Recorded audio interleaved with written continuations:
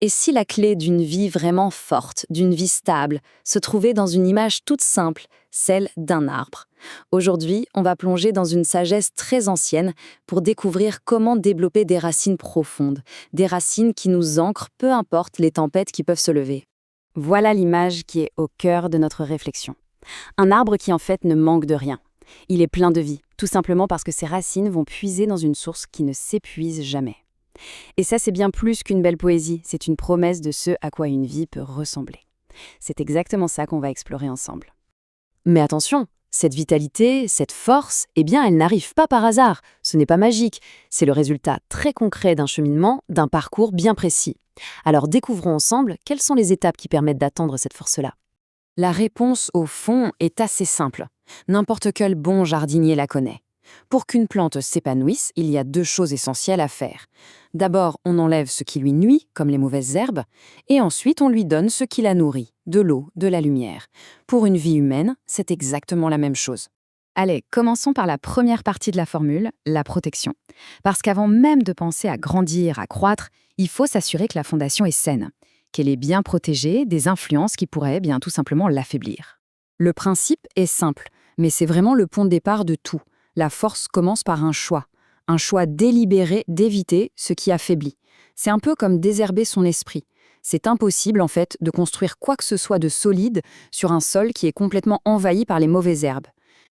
Alors, concrètement, comment on fait? Ce texte ancien nous propose 3 filtres, qui sont d'ailleurs très pratiques pour notre vie d'aujourd'hui. Le premier, c'est le filtre des conseils. Quelles sont les voies qu'on écoute? Le deuxième, c'est celui des chemins. Quelle direction est-ce qu'on prend dans nos actions? Et puis enfin, le filtre des compagnies. Avec qui est-ce qu'on passe notre temps? Ces 3 filtres, ensemble, protègent nos racines. Mais évidemment, désherber, ça ne suffit pas. Une plante qui est protégée des mauvaises herbes, mais qui n'a pas d'eau, elle va mourir.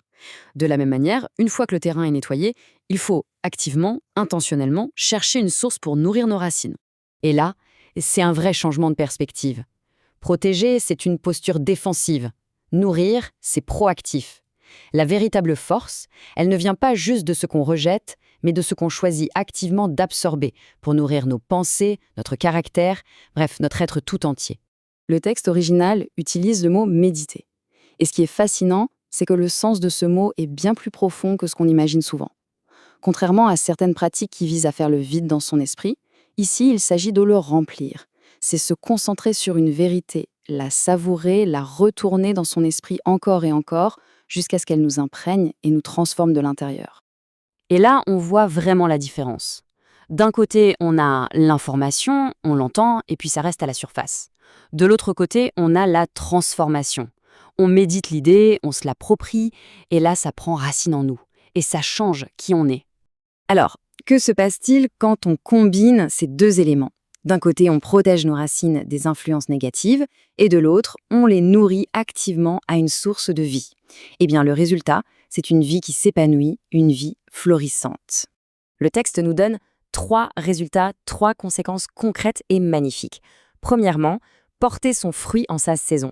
Ça nous parle de stabilité, de productivité au bon moment. Deuxièmement, son feuillage ne se flétrit point. C'est une image incroyable de résistance face aux difficultés, face aux sécheresses de la vie.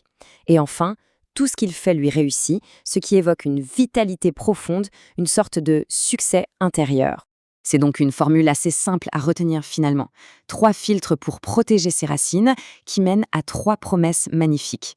C'est un peu l'équation d'une vie forte. La protection mène à la stabilité, à la résistance et à une profonde vitalité. Bon, maintenant passons à la pratique.